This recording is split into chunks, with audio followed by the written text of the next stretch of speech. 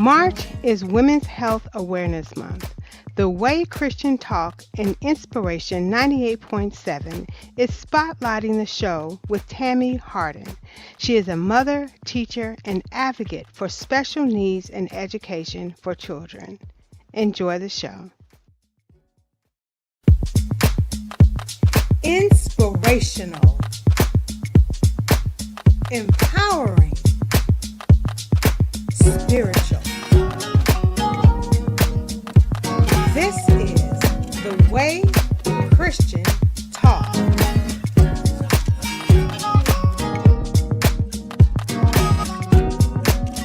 What is up, world? What is up? Inspiration 98.7. We are here with Shelly LJ, The Way. We are here on Facebook. You'll see us on Facebook. You'll see us on YouTube. You'll see us on Inspiration 98.7's Facebook and YouTube. We are just everywhere, you guys. And I thank you guys for joining me today.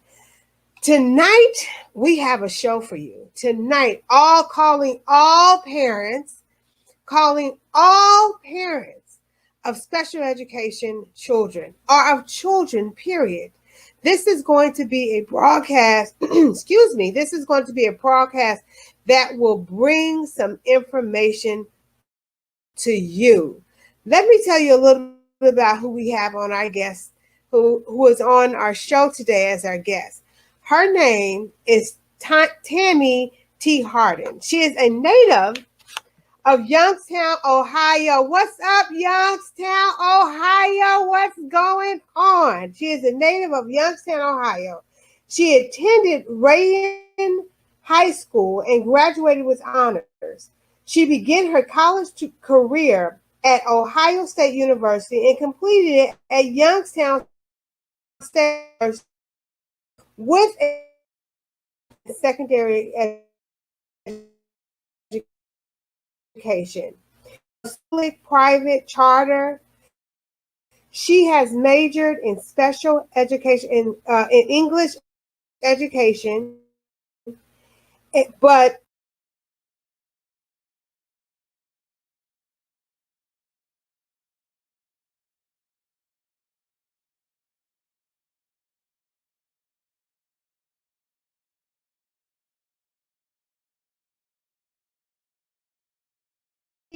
began teaching math education first.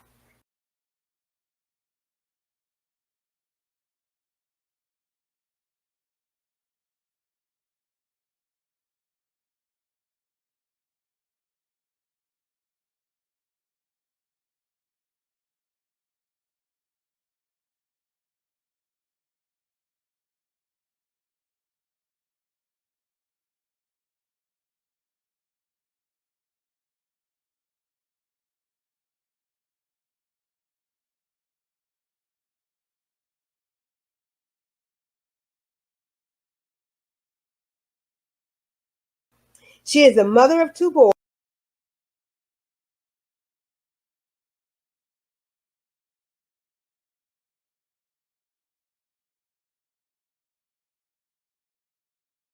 Boys, 25 and of 10, and over the years, she has served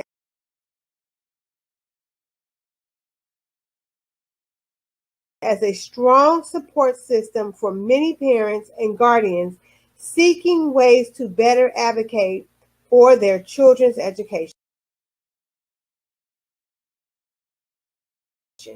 In January, she will be going back to school to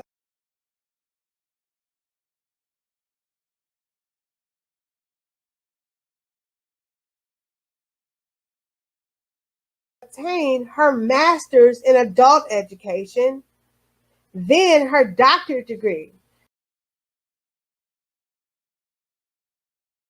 What? We have no other than, and I'm so glad that I can present to you Miss Tammie Harden. Woo! Good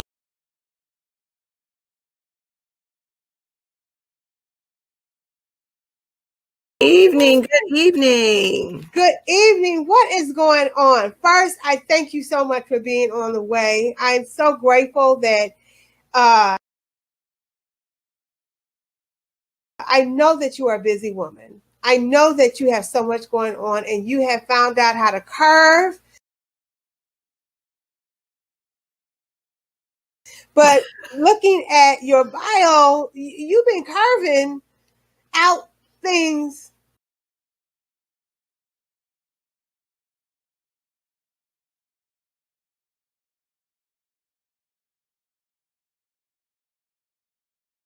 A lot. So Yes. I'm grateful. I am grateful.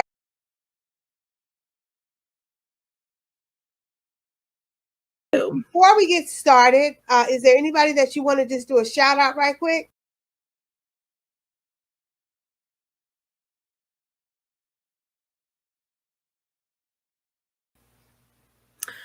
You know what? I want to thank you for inviting me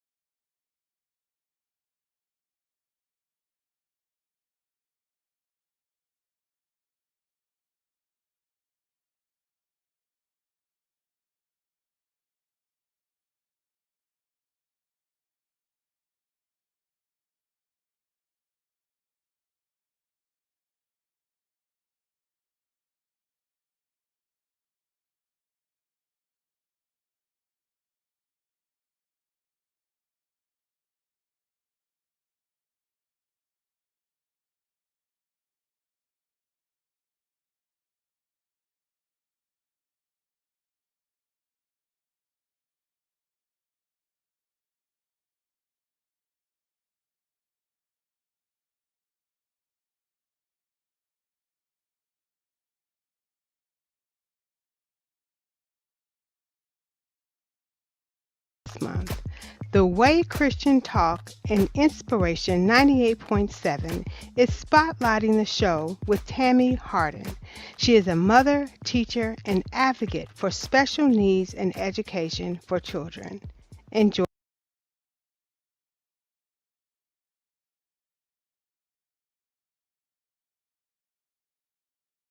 the show. Inspirational, empowering, spiritual.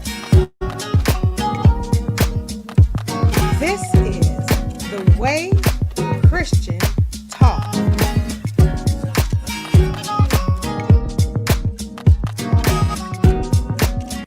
What is up, world? What is up? Inspiration 98.7. We are here with Shelly LJ, The Way. We are here on Facebook.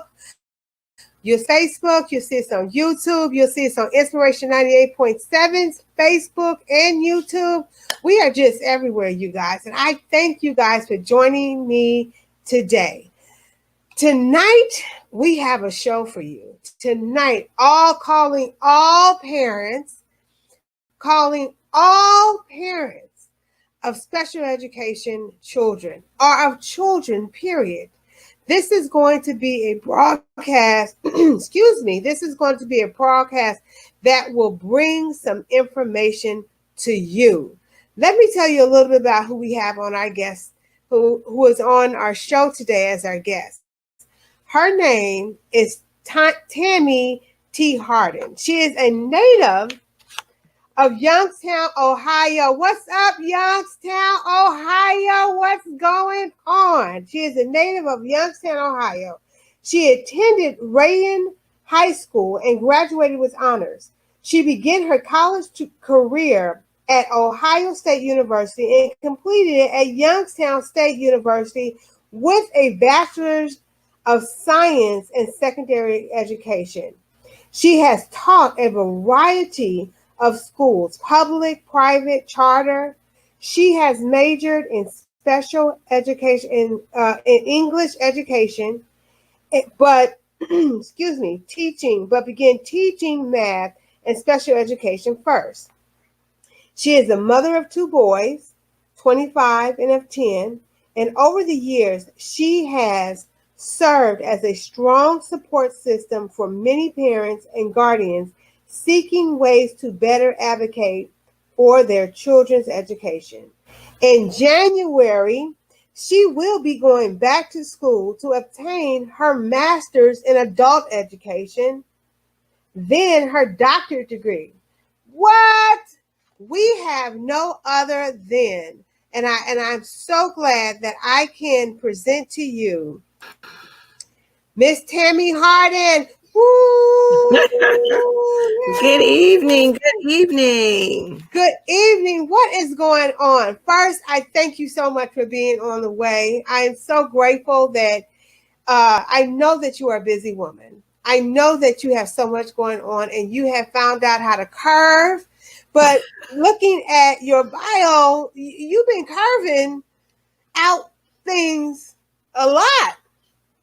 So yes. I am grateful. Thank you. And before we get started, is there anybody that you want to just do a shout out right quick? You know what? I want to thank you for inviting me on. And I do thank my kids because I wouldn't be on this particular journey if it was not for them. So to my children, to both Nigel and CJ. All right. And since I'm going to say hi to my little hubby. He's in Ohio. He's working there doing some work. Mm-hmm. Yes, he told me. He said, I saw Tammie last night. So just to give you guys, before we get started, Tammie, I know that I asked you at the last minute, but I usually ask all of my guests to open us up with a prayer. Will you please open us up with a prayer? Sure. Dear Heavenly Father, Lord, we thank you, first of all, for this day. We thank you for giving us life, health, and strength, Lord. We thank you for blessing those around us, God. We ask that you continue to bless us. Allow everything that happens this evening, Lord, that it will benefit someone in some way, Lord. Allow it to continue to manifest and nurture someone in the direction that they should go. And we thank you for all these things in Jesus' name. Amen. Amen. Amen. We have a lot to cover tonight, but how are you guys doing within this COVID-19? How are you doing? Are you guys staying safe and doing okay? Most definitely. Good. Yes, staying safe. Good. Good. So we talked. Now, let me give you guys a little bit of background about me and Tammie. Me and Tammie are cousin-in-laws. I don't know how you No, we're family. cousins. Yeah, we're family. We're cousins. We are family. I am having such a hard time with this hair today. That's okay. But we are cousins, and Tammie has a gift for teaching young children that may have a developmental disability that makes it hard for them to learn. Am I saying that right, Tammie? Yes, you're in the right direction. Okay. So when I found that out, and because I work similar in the same fields, but I work on the adult side, I really wanted to talk about this because in our community, for some reason, in our African American community, we don't look at the spectrum of helping our children to push through, to be fully educated, to take advantage of everything that is out there for them and that what can benefit them. We don't do that as well as other cultures may do. Right. And I feel really passionate about that. You know, we need as a community of African Americans, we really need to embrace the fact that it's just not our children. There are children that are suffering of every race, of every color, from all of the world, that they are suffering. It says, I read somewhere where autism has actually gone up. The amount of kids that are reporting autism has gone up.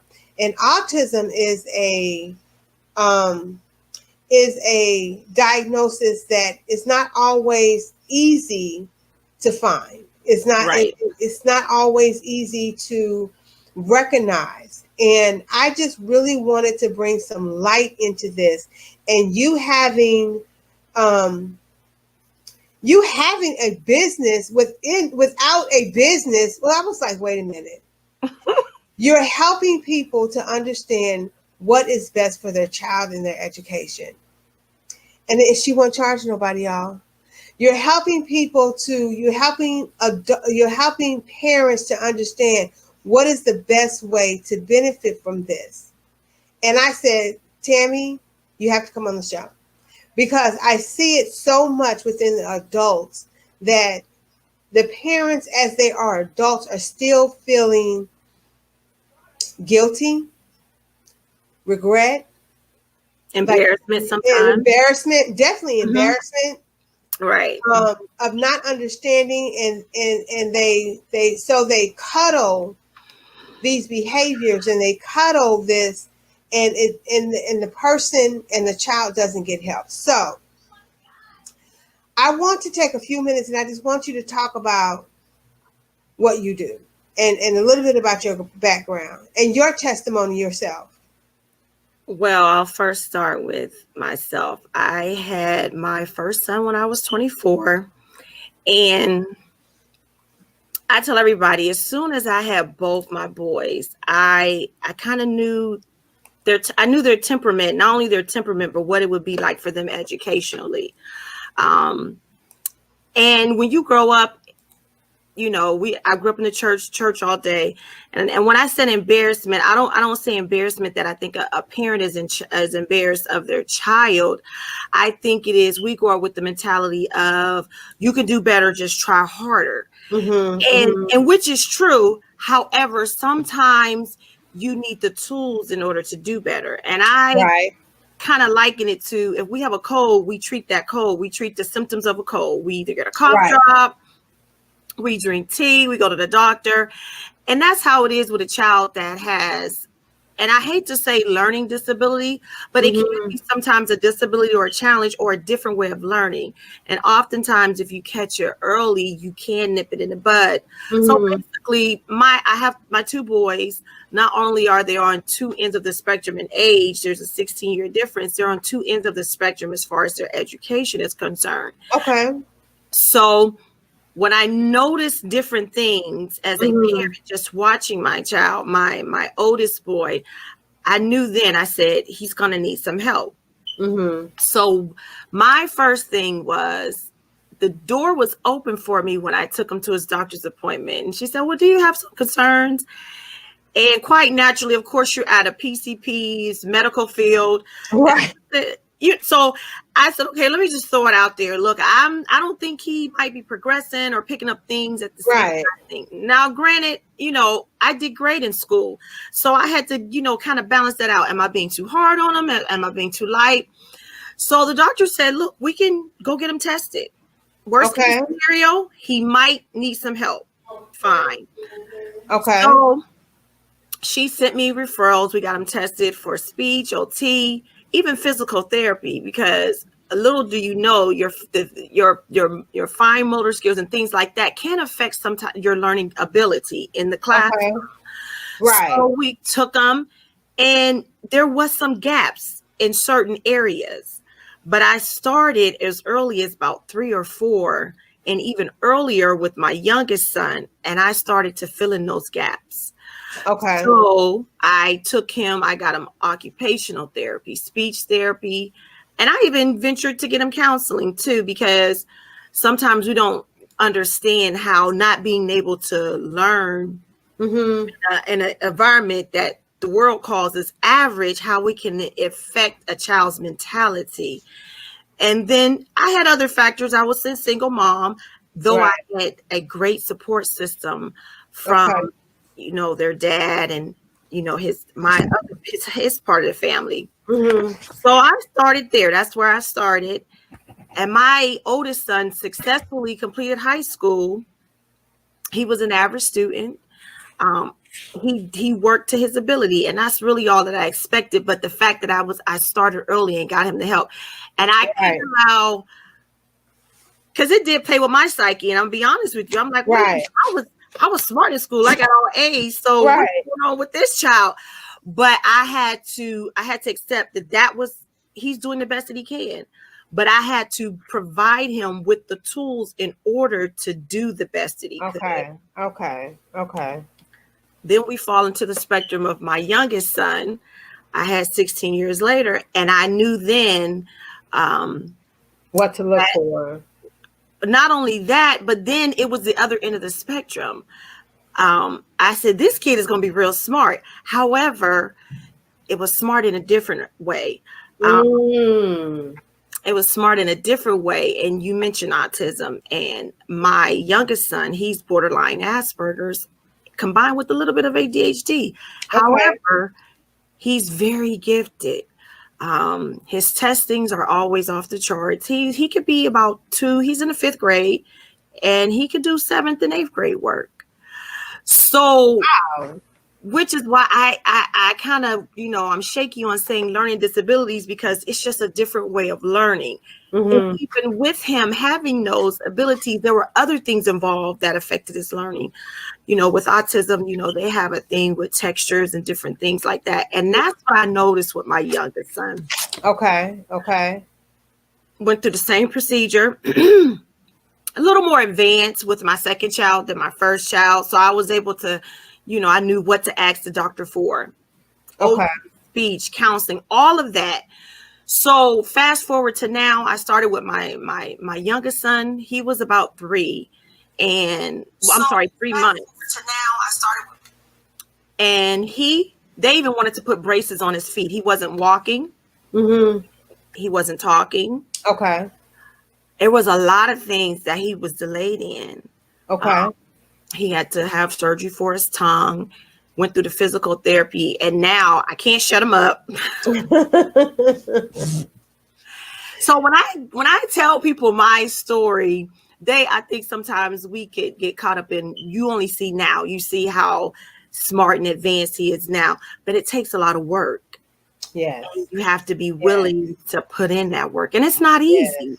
And I think that's what frightened a lot of parents that I even talk to, or guardians, because they'll ask, well, how did you get from there to here? And you could lay the format out, and like I said, I think that's what kind of frightens parents. But there's more than just one thing that you need to look for, and which is why I'm getting my master's in adult education, because if you can better educate the adult, it won't be fearful to get the child the help that they need. I know a lot of kids that I see, not only see, that I've evaluated, that I've worked with, and just in passing. And you don't, if they don't ask for the help, you kind of slow about providing it, because you don't want to make another person feel as if you're singling out their child, because that is what sometimes happens. Okay. So basically that's kind of my background, my testimony. So I didn't go for special education, but I just kind of fell into it because that's what God gave me. So that's just the direction that I'm going in. And like I said, that's the main reason why I chose adult education, is to get my master's in.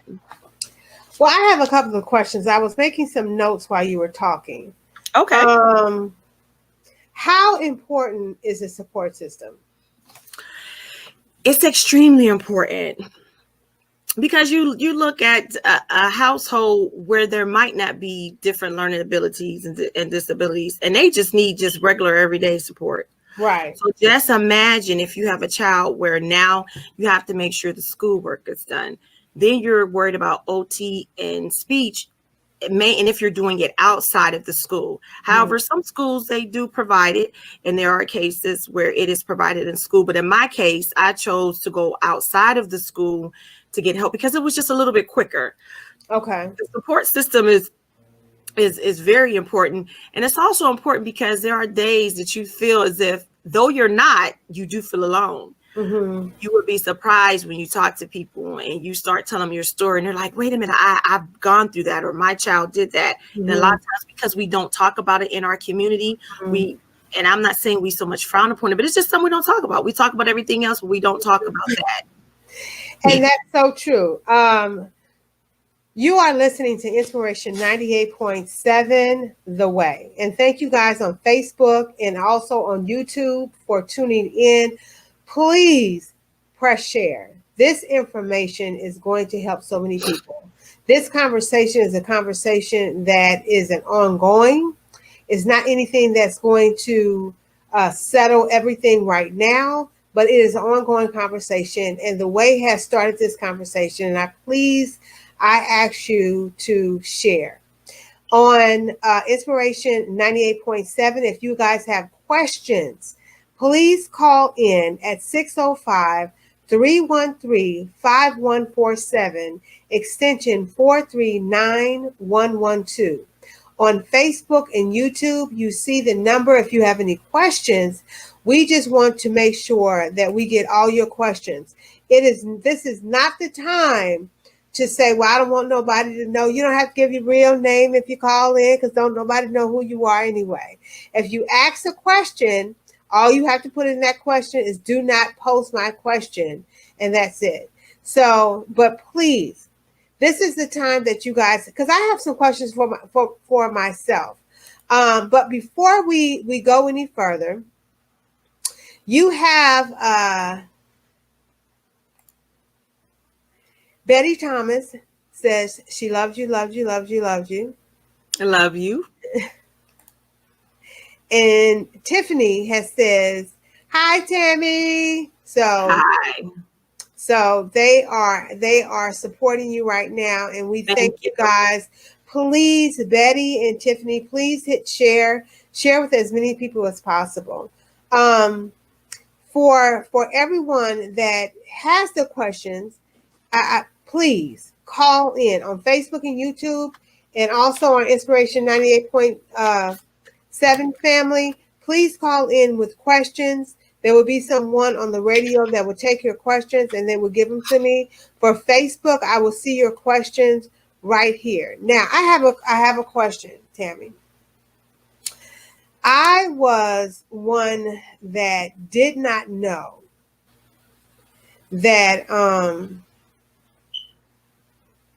I had a learning disability. Mm-hmm. I didn't know. I would get my D's confused with my B's. I would get my J's confused with my G's. I would get my numbers when I would see graffiti on the wall, it would just look like it was just scrumped together. I could not make it out. The cursing, as we grew up, our moms and dads used to write in cursing, even though they don't teach it in school now. Exactly. But so I couldn't really understand the cursive writing. Mm-hmm. For some reason, I cannot think of what this I forgot what it was called. Dyslexia. Dyslexia. Okay. So when my daughter was born, I started to see some signs. Mm-hmm. I put numbers backwards, not really knowing that I'm doing it until someone else catches and says you put that backwards, or I see that I put the numbers backwards. Now, when I was in school, they asked my mother if I could see the psychiatrist, and my mom said they want you to see the psychiatrist. They didn't say why. They didn't say what they saw. They didn't say what we think. They just said we want to see the psychiatrist. Well, in my head, the psychiatrist means that you're crazy. Right, you're crazy. You're about to get some medicine. Right, they want to give you some medicine. I said, Mama, I don't want to see the psychiatrist. She did not see the signs because they were very small signs, but they were huge signs for me where I realized in the end of elementary, the beginning of middle school, that I had to do things differently to get what was saying. You learned to compensate. I learned to compensate, but I saw that there was something different, that I couldn't get it like everybody else. So for me, I had to write down everything I read for me to get it. I had to reread it a few times. But what was interesting for me is that when I started seeing some signs in my daughter, I went to her teachers and I said, I'm seeing some signs. This is what I dealt with. And I'm not ashamed at all that this is what I dealt with. I just have to check myself and recheck myself. I have to check my spelling. I keep a dictionary on every tablet and phone that I have. Right. And they said, we have no way to see if she is or isn't. You have to take her to the doctor. I took her to the doctor and the doctor says, we have no way to see if she is or isn't. So here I am. So I said, okay, I'll teach my daughter myself. I'll teach her the lessons that I had to teach myself. Right. To get through. Once I started teaching her, her world just opened up. Mm-hmm. Her grades started becoming better. She started liking to read. She's a great reader. Once I started teaching, but the thing is that this math that they want to call, it's plain division, but they want to call it something else, and then they want to do the boxes, and you got to color in the boxes, and you got to do all. Yeah. So what they have and what they're teaching and how they're teaching is so different than what we used to teach. I find myself being at a disadvantage because they're teaching a new way, right? Doing something that it was nothing wrong how the old way was doing. But what can I do and what can a parent do when maybe they've never dealt with that dyslexia. Maybe they've never dealt with autism. They've never dealt like you. You were a student in class. So, and the teacher tells you, oh, we don't have anything to test her. And then when you go to the doctor, well, it's not a medical, dyslexia is not something that's medical. So why would you come here? What can we do? What avenue can we take? Well, I learned that, and I tell a lot of parents this, when you go to the doctor, you have to be specific. Say, I want them tested for speech and OT. And see, this is, of course, I learned you just can't go to the doctor and say, well, my throat hurts. You know, they ask you these questions. They want to leave because they need a reason to prescribe what they're giving to you. They have to have a reasoning behind it. So I started to do, and this is sometimes, you know, this is where the support system comes in. I sat down and I started looking at my children's symptoms. So when I went to the doctor, I'm like, okay, I know what terminology to use, so I can just point them into the direction. And so they'll, you know, I can get to where I need to be. So I did my research and I try to tell parents, use certain terminology. And you can even say, listen, I want them evaluated for speech. Okay. You just come out and say it. And then when you look up your signs and you do your research, if they have any of those symptoms, which I like to identify them as, say, this is why I want them tested for this. And then it can lead to different things. And then what a lot of people don't know, and at the time, I was sitting here thinking about when you said your mom said this, the school wanted you to see a psychiatrist. What people don't know is that at some counseling places, they have an actual medical doctor there that can test for dyslexia, Asperger's, ADHD. You know, they have an actual and that's what the psychiatrist does. They have a battery of tests. And depending on what you think that you may or may not have, they'll take you through those series of tests and they'll test those different things. And you know, and when you tell parents that sometimes, oh no, I think a lot of them shy away, like, no, because the first thing they'll say, well, they can talk. Well, get them tested for speech. Oh, they know how to talk. They talk just as plain. Right. A lot of times it's not the talking. And like you were saying, you probably should have been tested for speech and OT and underwent that for a series of a few months or even a couple of years, but it's not something that you have to do. My son started off with speech, OT, and physical therapy, and now he's just down to occupational therapy, which helps him with that socialization aspect of it. So it's not like you're putting them through speech and OT for the rest of their lives. And like you learned to compensate, you taught your daughter how to compensate, but you see it only took her so far because see, now there's a switch up in the way they're teaching the new math. Right. So now, and since you compensated for what you knew, but then when there's a switch up, if you don't have the ability to compensate to what's new, then there you are still stuck in that. So now you're trying to figure out, what do I do? My son does that new math and I teach him both ways, but I also went to his teachers and I'm grateful because he's had some great teachers because I make sure that I'm always in contact with them. I stay up on his testing. I don't let my tests get too old. But then, and I understand, I hear about the new math all the time. And I had to learn it myself in order to teach my son. But I had to teach him the old way and work backwards in order to. So, Tammie, let me ask you a question. What is the difference between an IEP and I've never heard of a 504 plan? Okay. An IEP is there. What makes them different is the laws. A 504 plan is basically like under civil. People get 504 plan because basically a specialized education, IEP is the individualized educational plan. And it's for a student that has a specific, there's one of 13 conditions. And in order to get an IEP, you have to have one of those 13 specified conditions that fall under the IEP.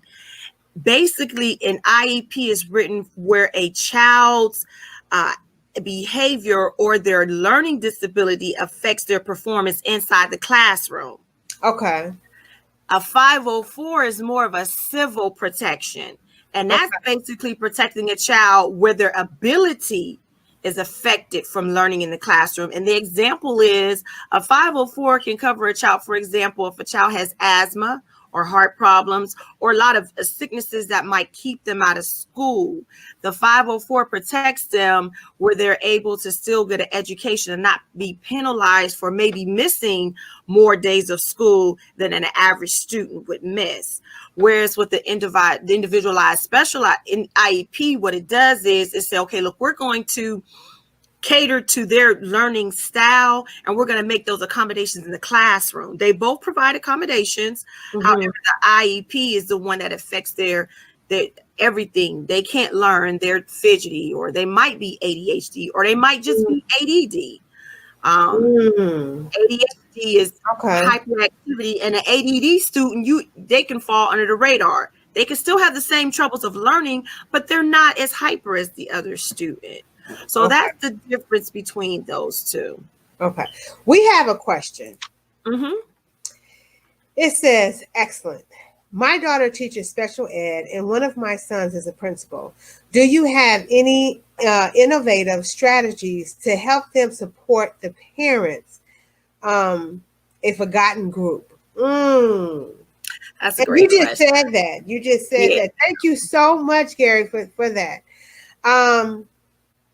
So the parents, you just said the parents are a forgotten group. So what strategies, because she was asking what strategies, innovative strategies can help them to support the parents. Her daughter is in special ed and her son is a principal. So they're in positions where they can actually do some real good. Exactly. One thing that I discovered is that when you actively seek out the help, for example, there are a lot of organizations in my area in Ohio where I live. Like I said, my son, he was going to counseling. And oftentimes, and it's sad, it's not who you know, it's not what you know, it's who you know. Right. But what I found out was since I started involving him in those type of therapies, they started pointing me in directions of other organizations in the community that solely support parents. For example, in my area, it's called TWCT, and it's Positive Parenting Practices, and it's a support group where they go in and they diagnose the child. However, the therapy is for the parent, which I had to learn how to adjust to my 10-year-old, because I was just at a loss at the beginning. Like, this kid, he's not doing what I want him to do. He's just not, he was just different from my oldest. Right. So I sought out that help, and it's difficult because, especially if you're a working parent, which is why I say support is so important, because it is an appointment in your day. Some parents have to go to work 9 to 5, and then especially now with the way the world has transitioned, a lot just takes so much out of you.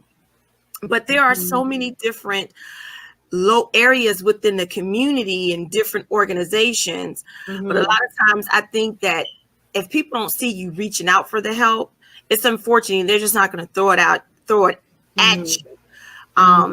There's also another organization in my area. It's called Special Needs Navigator. And when I called the lady, I just couldn't believe the wealth of information that she was able to provide me. So in turn, I began researching those organizations, reaching out.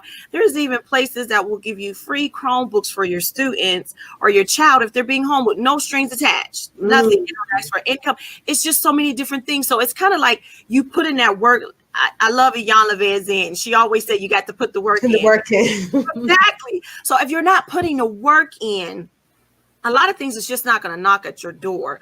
And sometimes things to support, it just happens. You sit and you talk with people and you bouncing ideas off each other, or you're even venting or expressing your concerns or what your struggles are. I think, and sometimes we probably need to just start support groups our own.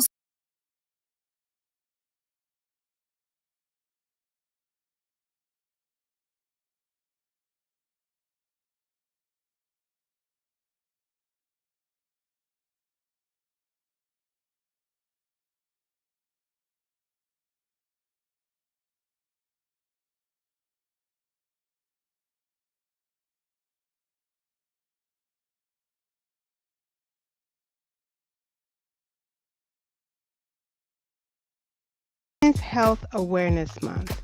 The way a household where there might not be different learning abilities and aspects of it.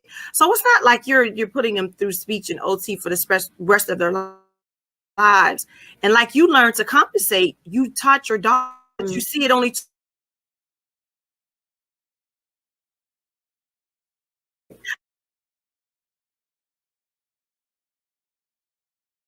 the switch up. If you don't have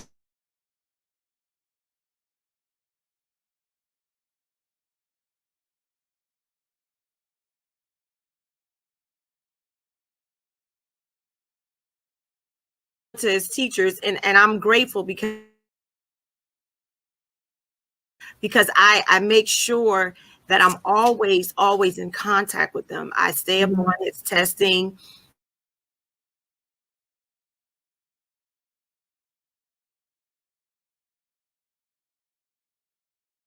My son, but I had to teach him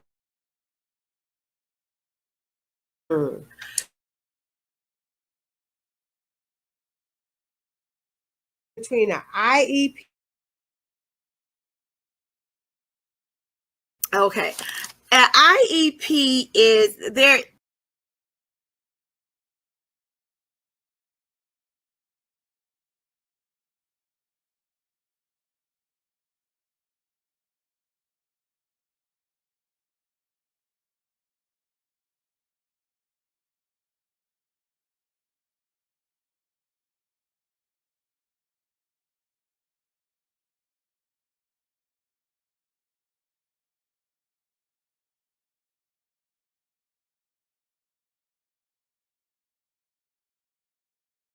Behavior or their learning disability affects their performance inside the classroom. Okay. A 504 is more of a civil protection, and that's basically protecting a child where their ability is affected from learning in the classroom. And the example is a 504 can cover a child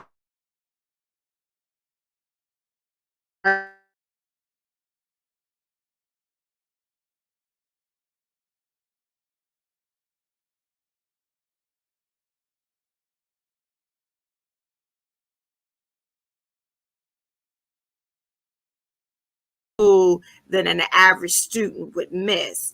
Whereas with the individualized specialized in IEP, what it does is it say, okay, look, we're going to cater to their learning style, and we're going to make those accommodations in the classroom. They both provide accommodations.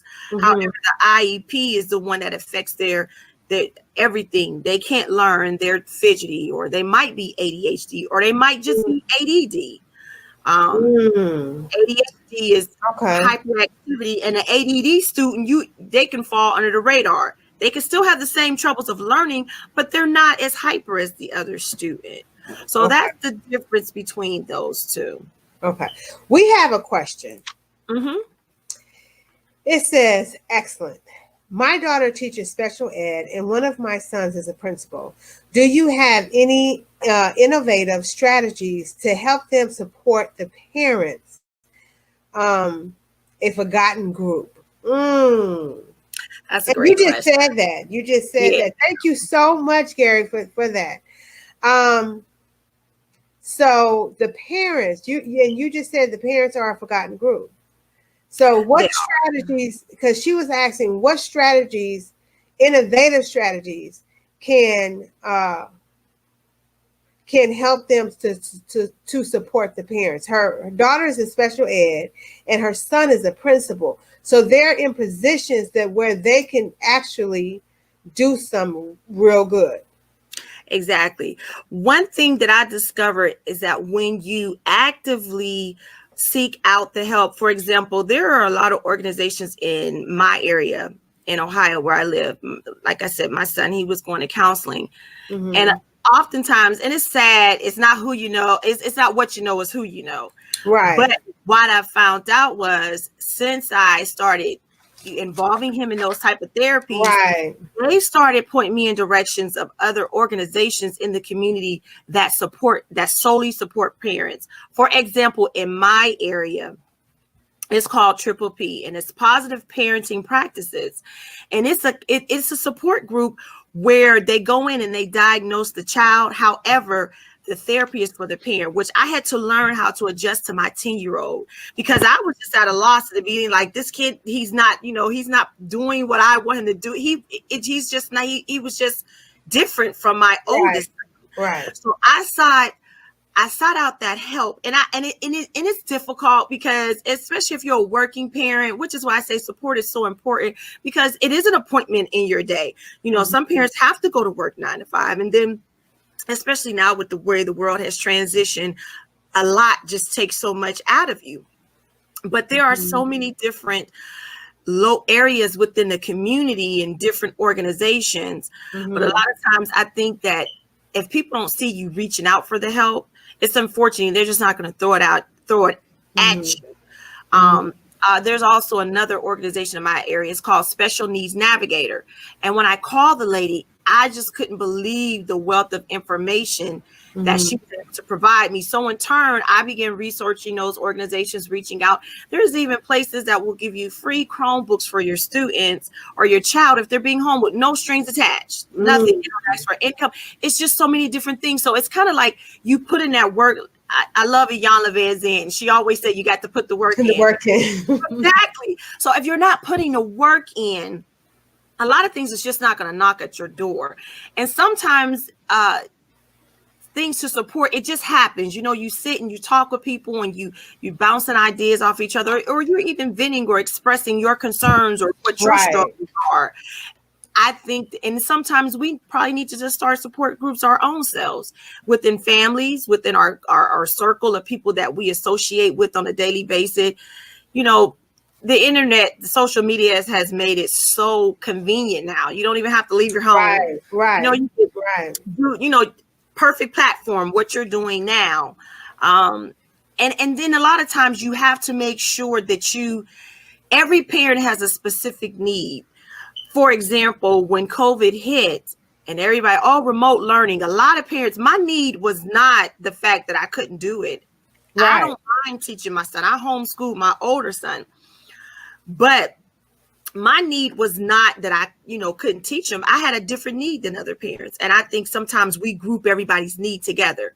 So every parent, go ahead. So let me say what I think you're saying, because I want everybody to understand what you're saying. So you're saying that you had to figure out what your need was for you in your situation.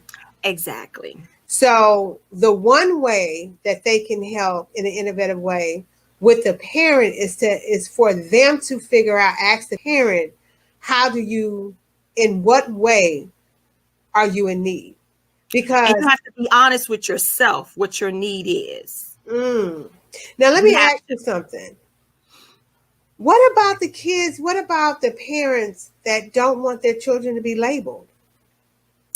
It is a myth. I don't know if this myth is true, but you hear it a lot. Once you're in special education, you are always in special education. And that's not true. I don't think it's true, because my kids are thriving. And I'm not trying to boast or be arrogant, but I did put in that work. And which is why I say you have to be honest with yourself. What is your need? Are you doing this to just get by so they can just slide through? Or are you doing this as if you're looking at it as an investment? I liken it to, as I said before, I looked at my children and said, okay, if you had a cold or if you were having an asthma attack, I would get your albuterol or your inhaler. Right. So you're having a symptom, but as far as your education is concerned, so I need to get your symptoms treated in order for you to progress. And I think we label if we choose to label. For example, my oldest son, he did have an IEP, but he never knew it. He went through school. He never knew it. His god sister ended up telling him. He's like, "Mom, I had an IEP. And Lord, you'll kill me."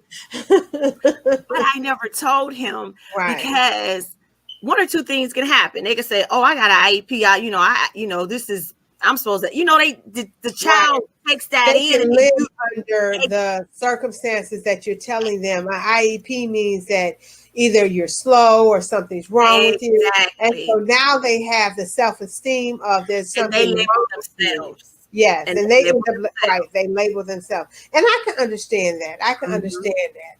And which I had to make a decision based on my household. Not every household can make that decision.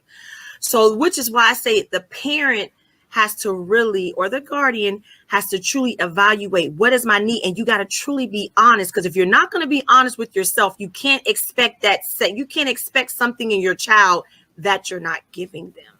Right. Let me ask you, Tammie, how, in what way? Because I know that now you have reached out your services to parents. And I know because of Zoom, we had talked about that it does not necessarily have to be within just the state of Ohio that you can help parents. So talk about a little bit of what you provide and what can you provide a parent. And then I'm going to go ahead and give out your email address so the parent can reach you. Now, once they reach you, talk a little bit about the steps that you go through to help this parent from where they are. Well, like I said, I fell into it. Basically, I meet with a parent. And I'm gonna be honest with you. The first thing I say, do you really want help? You have to be honest. You have. It's like losing weight. Do you really want to lose weight? Exactly. I don't like for my time to be wasted, and I don't want to waste your time. Right. And I have to listen to their story because just like a child have to have an individualized educational plan, so does a parent. So I need to hear their story. I need to hear what it is that you need. And I don't have all of the answers, but one service that I do offer is I am going to help you find what it is that you need help, whatever you need help in. I'm going to make myself available to you.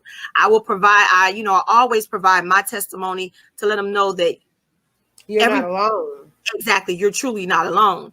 So I kind of get a feel for the parent, but I don't want them to take me through the process of, because and I'll give you a group of assignments, like homework. And I'll say, look, if I don't see you taking those steps, then it's not going to be any love lost, but it is a waste of time to make yourself available. But then the parent is not. And sometimes your parents, after they hear the work that it takes, sometimes they're not ready and sometimes they are. So basically, my first step is let's have a conversation and let's see if it's worthwhile. And I'm willing to do whatever it is because I feel every child has the ability to learn on whatever level that they are. Mm-hmm. So we have a question, and it says, how can people outside of the educational field support those who are in it? So thank you so much for your question. Your name is Bran. I don't want to mess up your name. Thank you, Snow. Thank you. But how can a lot of people that want to help, like this person says, how can people outside the education field support those who are in it? So that's part of being a support group. How can they do that? First thing you have to do is know the educational laws, know the rights. Take time to sit down every now and again and read about special needs, read about occupational therapy, read about the signs. And that's one way you could support it, because if you're on the outside looking in, but you have a little knowledge of it, then you could say, look, let's talk about this. Let me help advocate for you. Advocating for somebody doesn't necessarily mean you have to either be in the educational field or have a learning disability your own self. A lot of times, not to be all spiritual, but we do perish from lack of knowledge. I didn't need special education when I was in school.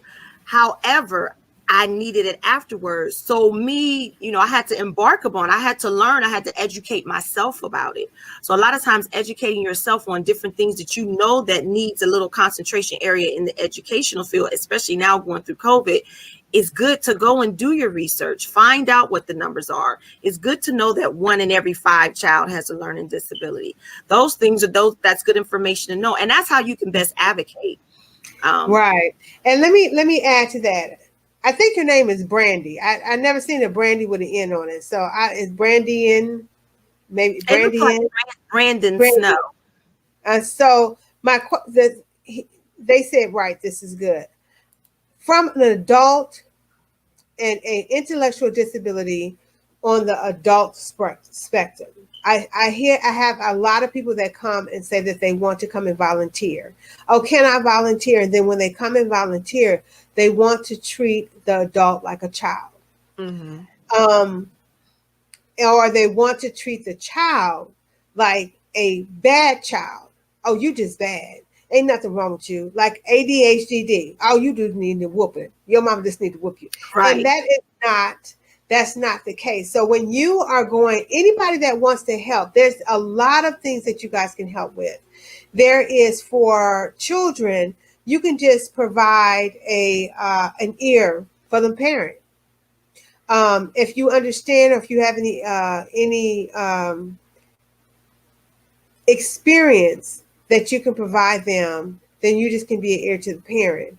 But when it comes to the child and when it comes to the adult, make sure that you know what you're getting into, because a lot of people, either with a child or with an adult, what they do not need is a sometimey person. Mm-hmm. And what I mean by that is that sometime you're there, sometime you're not.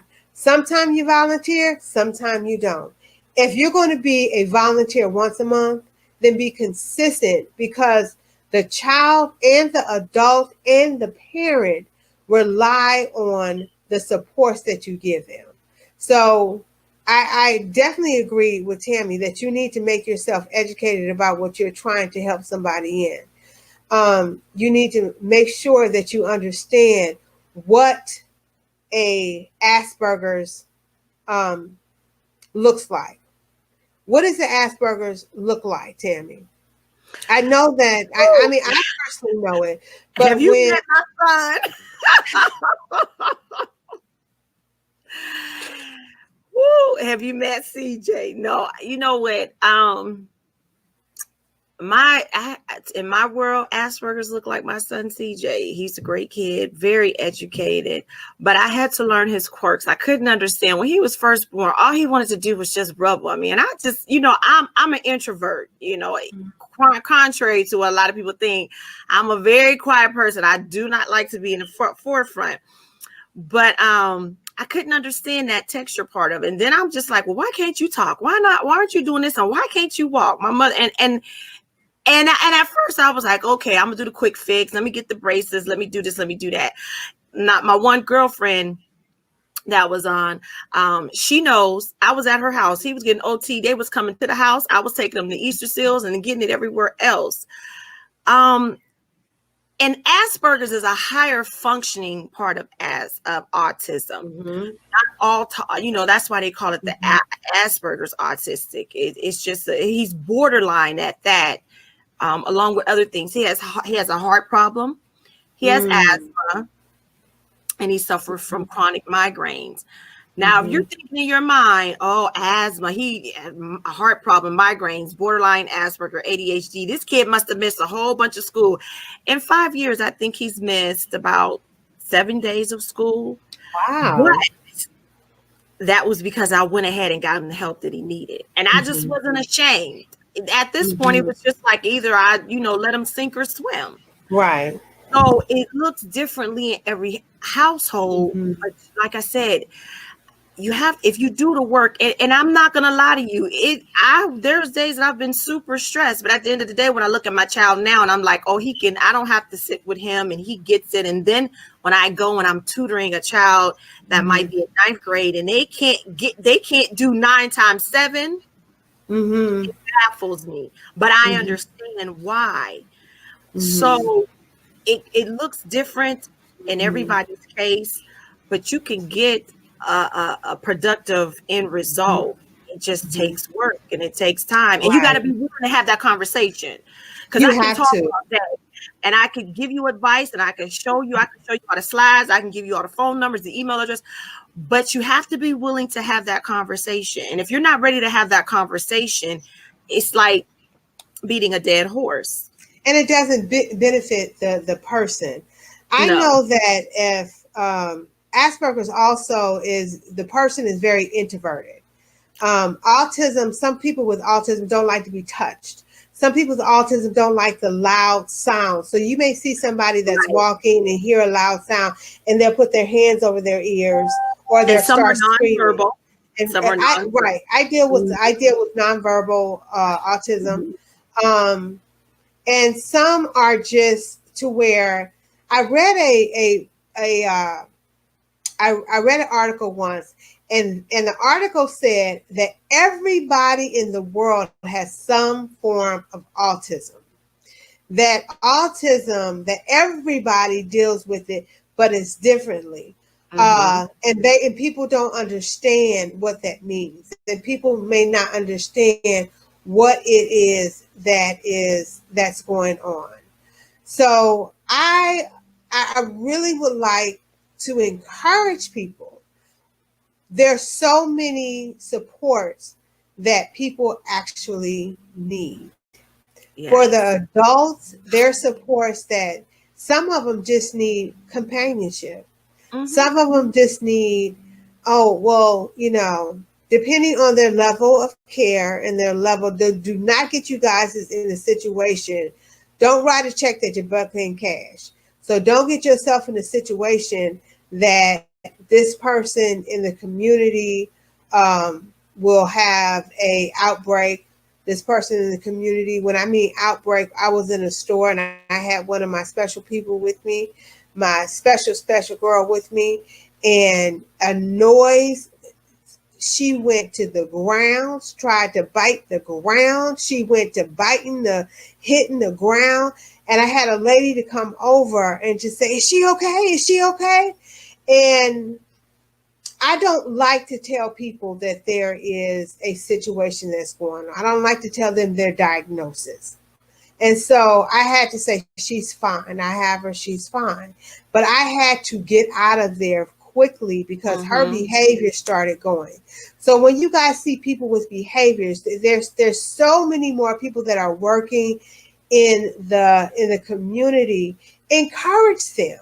Say, good job, you're working, and good job, and high five. Do not look down on people that have either a learning disability, a physical disability, because they're trying. And I know that that's one big way that we can really support the people. Now, we don't have much time, but Tammie, tell me some things in the near future that you have going on that some people can take part in, that it may just some, even if it's just an idea that's not come to complete fruition, but just tell me what are some things that you have in mind that you would like to do with some of the children. Well, I have a lot of things in the back of my mind that you put me on the spot. I'm good for that one. I know you are. To be honest with you, I have a lot of things.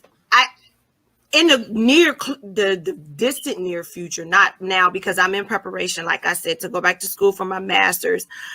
I want to start. My main thing is trying to get the word out to the parents, because if I can get the parents on board, fully on board, and I need to work with a small group first. There's no sense in me taking on just as I'm saying, people, if you want to help get educated, there's no sense in me taking, writing a check that I cannot cash.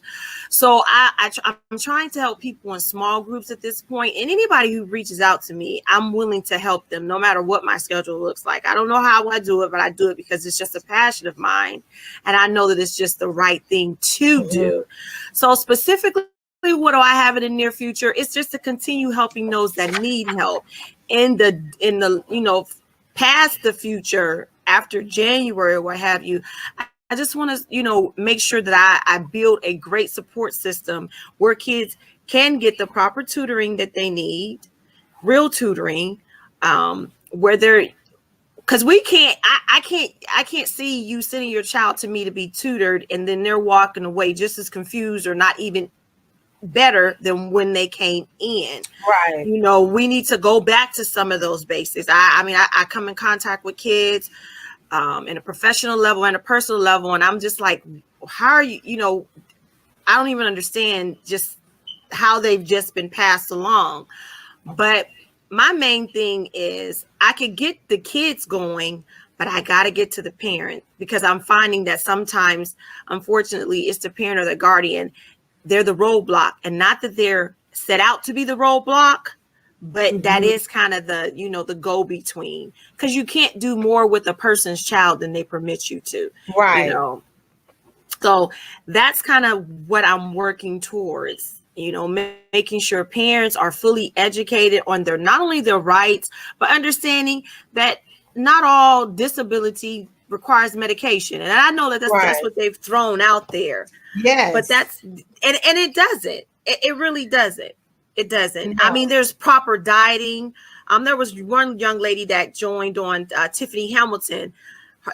Just learning about your diet is very important. And it also plays a very important factor in your learning, the way you learn, just different things so providing a holistic view of education within itself. It's just not occupational therapy. It's the diet. Right. It's the spiritual aspect of whatever your spirituality is.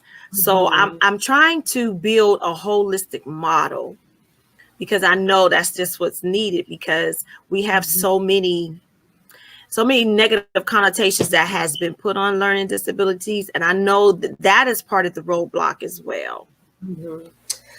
I know that.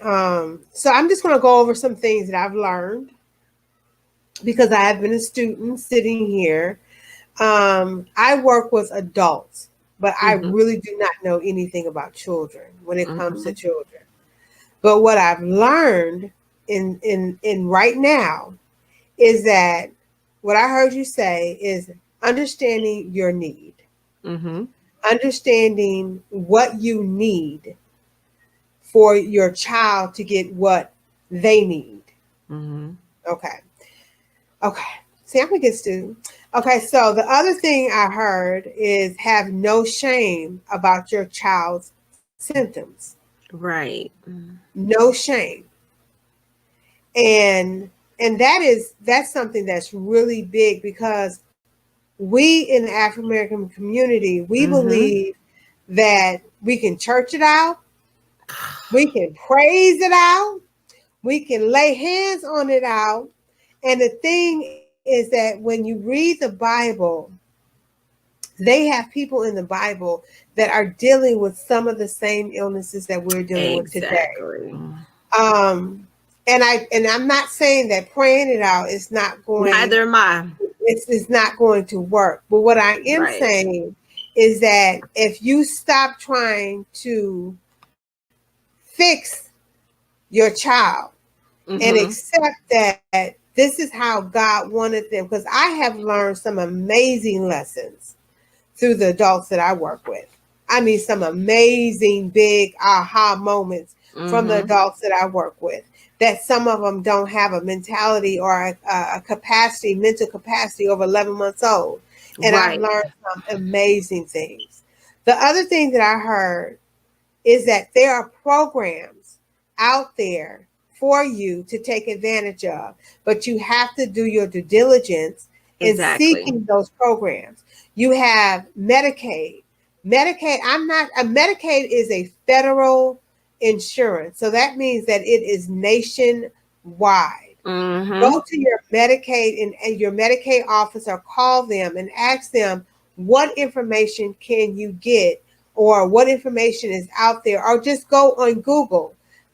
For Georgia, it's DCH, Department of Community Health. Google DCH. and look Right. on there as a parent. In Ohio, what is that? Do you know? Ohio Department of Jobs and Family Services. Ohio Department of Jobs and Family Services. So if you're in the state of Ohio, it's Ohio Department of Jobs and Family Services. If you're in the Right. state of Georgia, it's the Department of Community Health.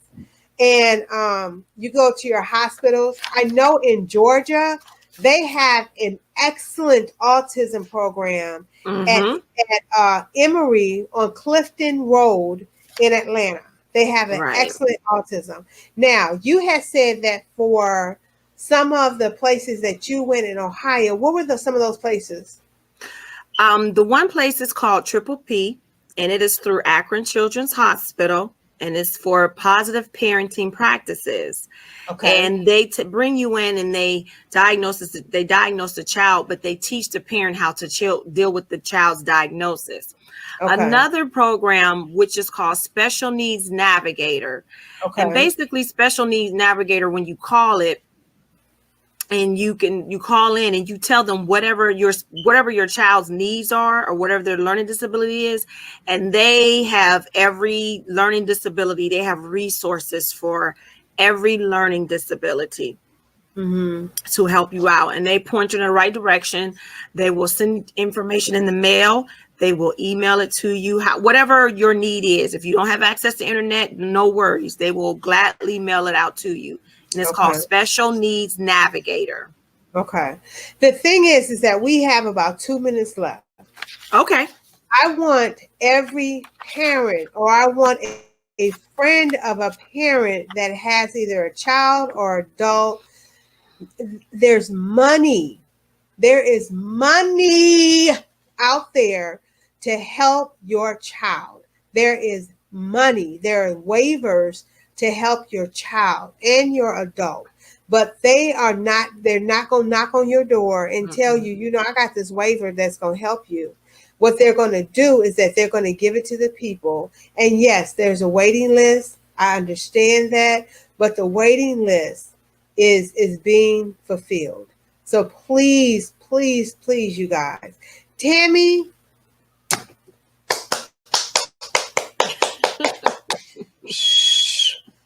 Thank you. Thank you. This has been a very fulfilling show for me. I have enjoyed it so much. I'm going to have you back on when you start the programs that God has put on your heart. Right. I congratulate you because I don't want to go to nobody's school at my age. Oh, I love school. If I hadn't had kids, I'd probably be a career student, and that's no lie. I love school. But, amen for you, girl. Amen for you. And I congratulate you because you're going back to get your master's in adult education, and then you're going to go back and get your doctor's degree. So I congratulate you so much. I thank you for being on this show. I thank you for being a part of this show. This has been a great, great program. Yes, so I just want to thank you guys. And Tammie, I'm going to have you back on. I am. Oh, no problem. Most definitely. Thank you so much. Thank you so much. I love you too, girl. I'll talk to you later. Okay, bye-bye. Bye-bye. All right, guys, I'm going to leave Tammie's information up. And I thank you guys for tuning in. I thank you all for the questions. I'm sorry that I botched up names, but I thank you guys for tuning in. This is a very special conversation that we're having. And I hope that you guys have benefit from it. Please join me next Thursday. We are going to have Rachel Wilson on and talking about her new album and her new music that is coming on. So please join me next Thursday. Please make sure that you guys take Tammie's information and email her with more questions that you have. And Google. All right, guys. This is it for The Way. And I'm going to do a little prayer. Dear Father God, I pray that everyone that has listened to this program, dear Father, has benefited from what we talked about. I pray, dear Father God, that you give us wisdom, knowledge, and understanding concerning everything about special needs children and intellectual disabilities, and just about the disabilities and the symptoms that our children and our adults may have. I thank you, Father, and I pray all these things in your Son, Jesus Christ's name. Amen. You guys be blessed. Thank you again for watching The Way. That is it for us. See ya.